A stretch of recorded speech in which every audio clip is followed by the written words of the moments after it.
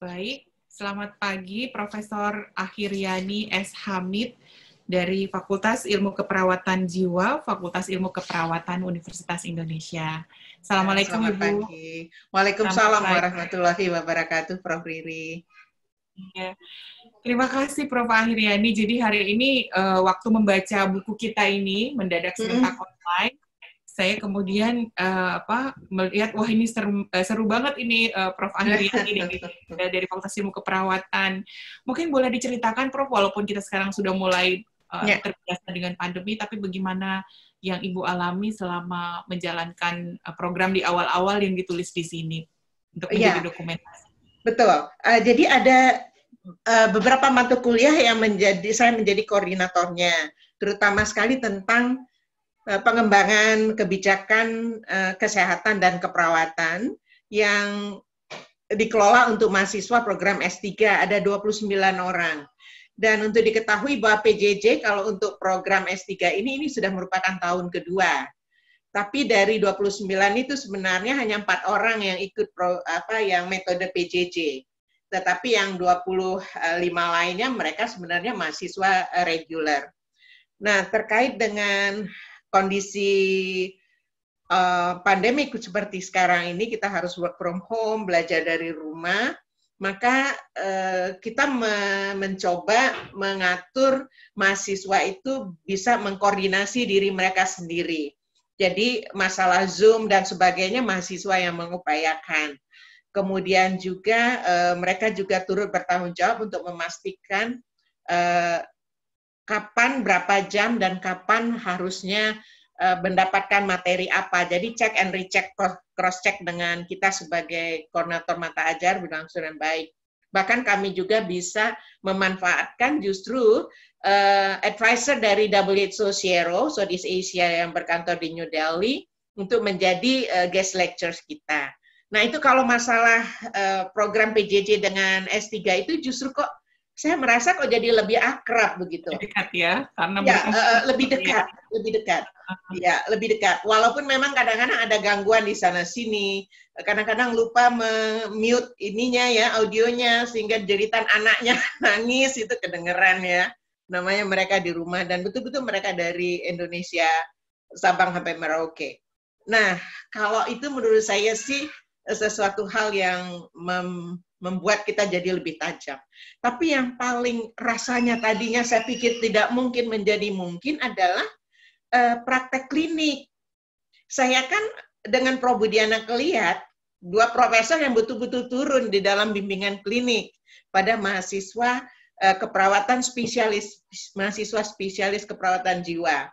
Jadi mereka ditempatkan di komunitas, itu di Bogor, jadi mendatangi keluarga, kemudian ke puskesmas, mulai dari kelurahan sampai mereka ke RW RT. Dan kemudian di Rumah Sakit Marzuki Mahdi. Jadi kami melihat itu bahwa keperawatan jiwa itu sistem klien kami itu adalah individu, keluarga, kelompok khusus, dan komunitas. Dan mereka dalam rentang kondisi dari sehat, beresiko, dan sakit atau gangguan.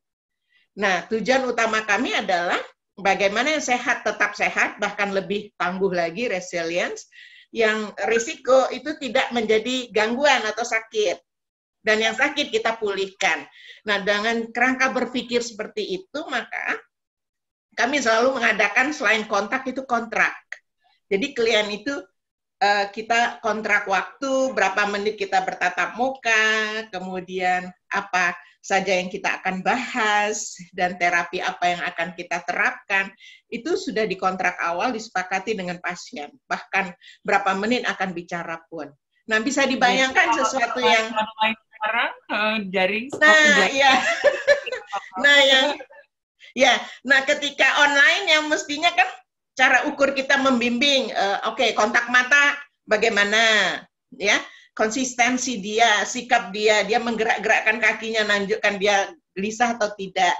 Jadi tanda dan gejala itu kan kita lihat ketika kita tatap muka. Tapi ketika tatap maya itu kan bisa miss gitu.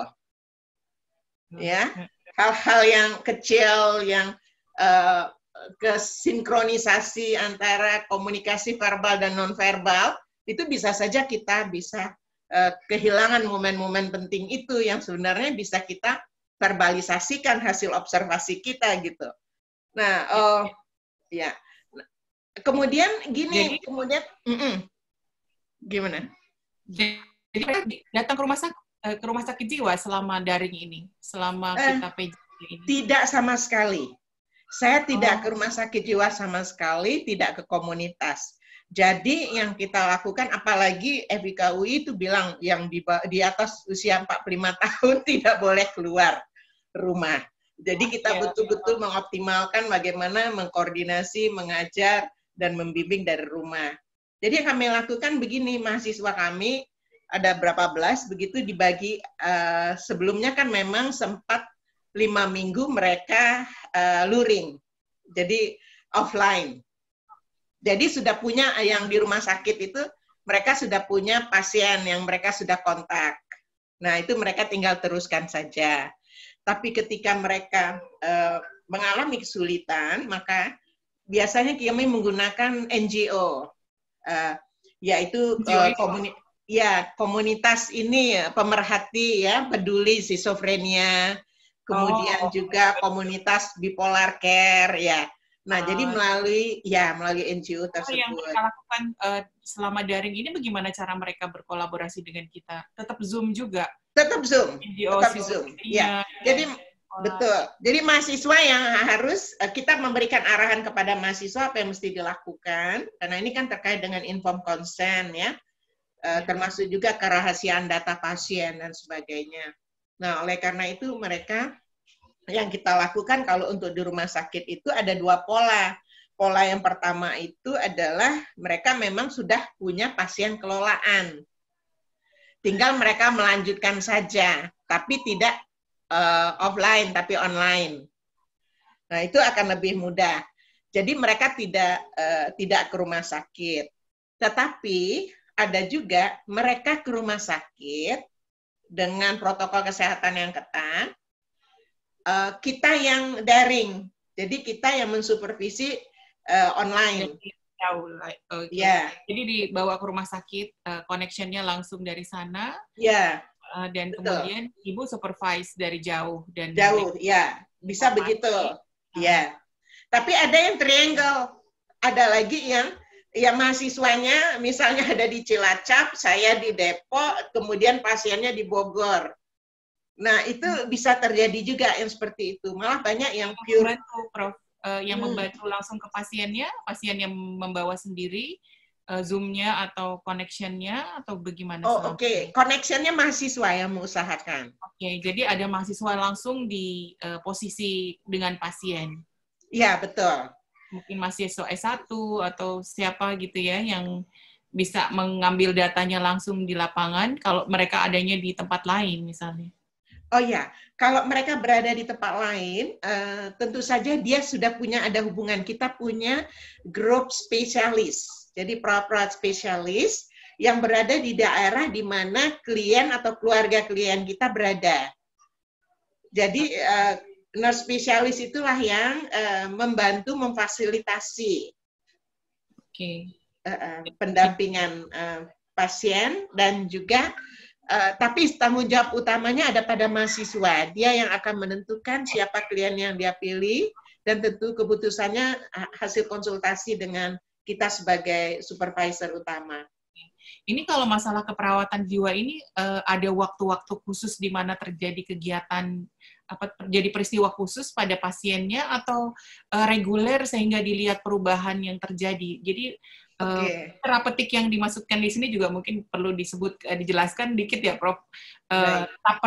Tetap terapeutik dalam pembelajaran ya. Itu artinya apa mungkin dalam bidang Prof. Ahiriani ini? Ya, baik.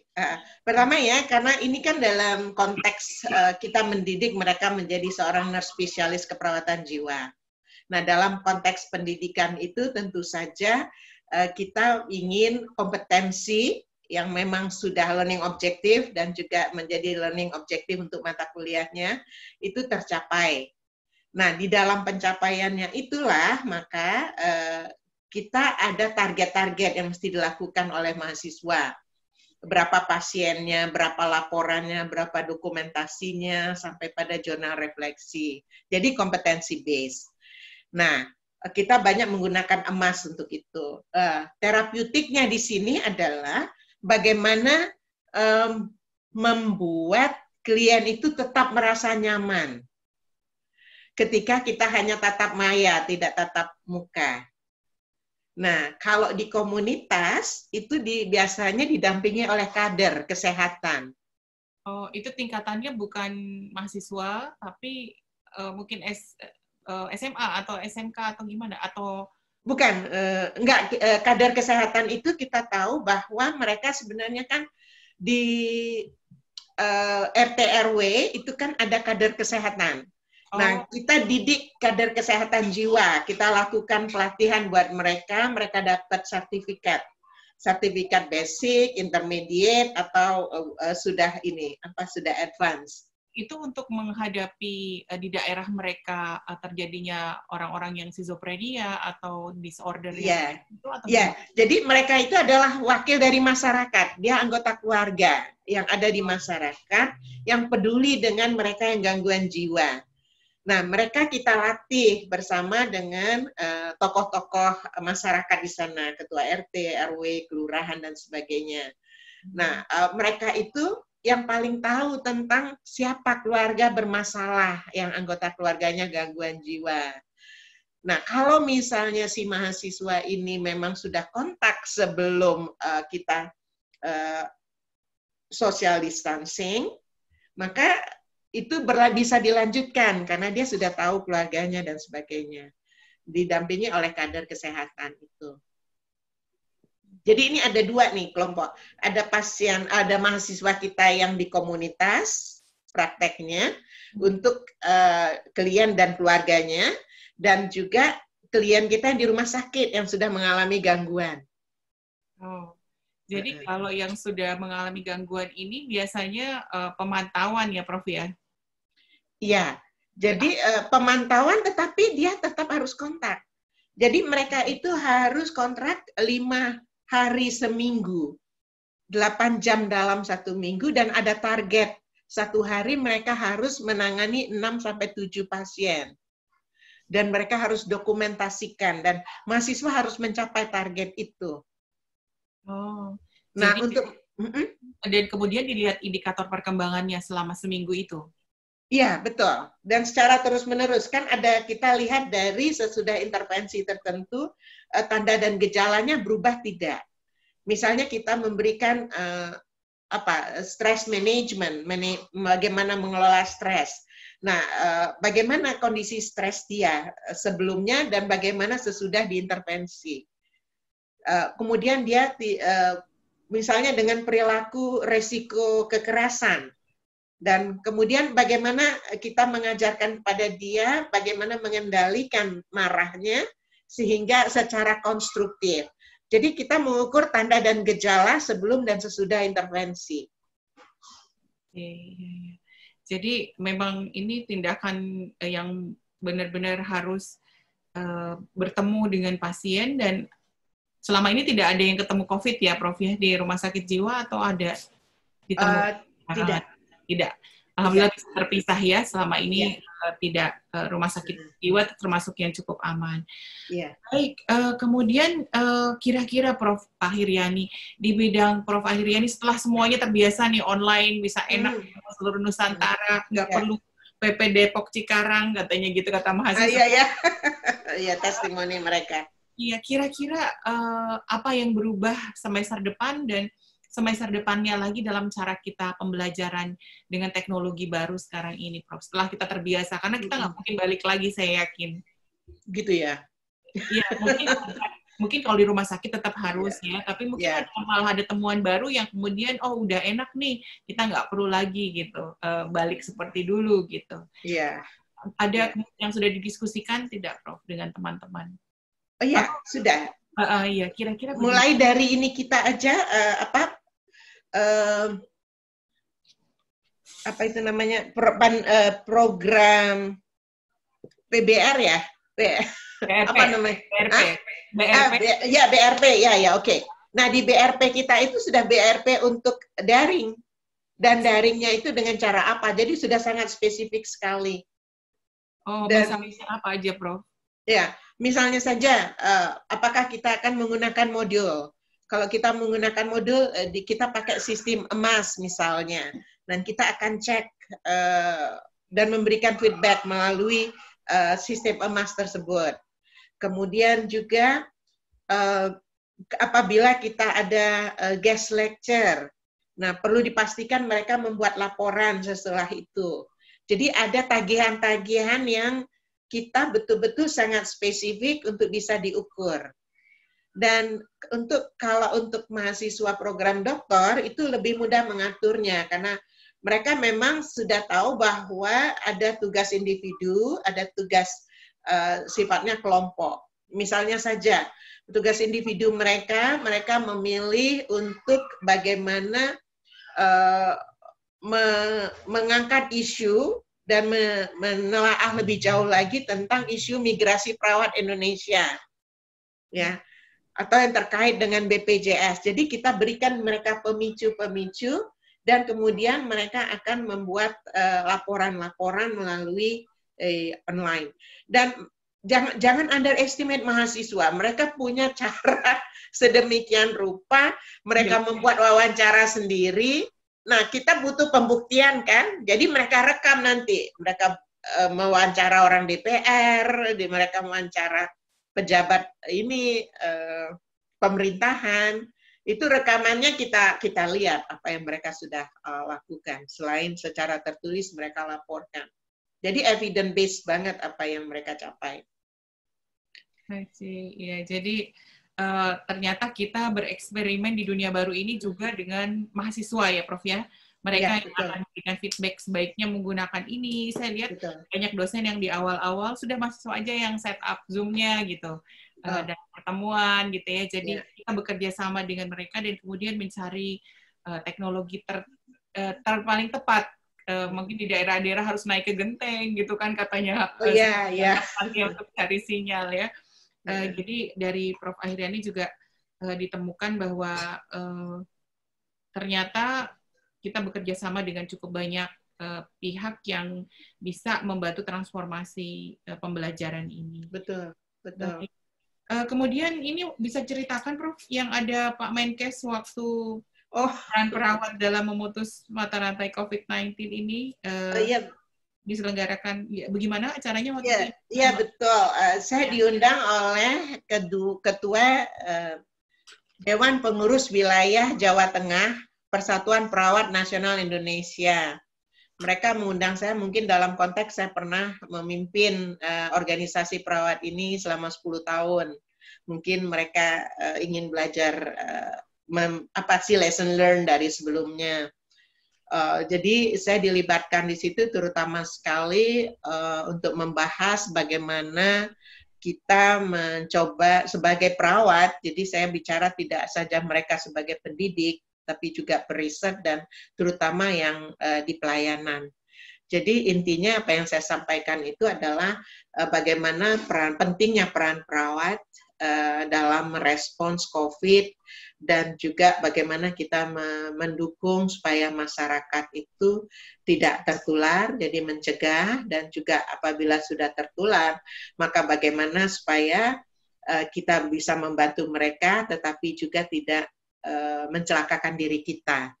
Jadi prinsip-prinsip itu menjadi sangat dasar. Misalnya kami bisa dengan tegas mengatakan no service without APD. Jadi kalau tidak ada APD maka tidak ada layanan keperawatan. Karena tidak mungkin perawat mencelakakan dirinya.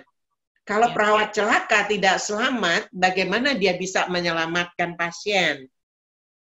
Jadi prinsipnya harus si care providers itu harus betul-betul fully protected untuk bisa memproteksi atau melayani secara optimal pasiennya. Kalau enggak dia menjadi sumber penularan, tidak hanya mencelakakan dirinya, tapi orang-orang yang dia layani.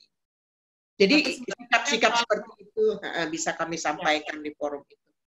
I see. Tapi sebenarnya kalau orang yang sakit jiwa, mereka kan sebenarnya nggak pernah berinteraksi dengan orang lain, kecuali orang itu datang padanya ya, Prof. Ya. Jadi mungkin justru sudah ada social distancing-nya dari awal gitu, dari pasiennya ya. Iya, betul. Betul sekali. Dan tapi ada juga pasien yang kadang-kadang dia ada juga yang keluar rumah ya.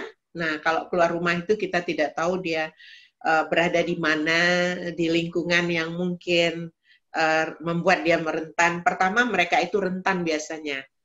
Mereka itu rentan terhadap penularan karena mereka tidak tahu bagaimana physical distancing itu, bagaimana protokol kesehatan harus diterapkan.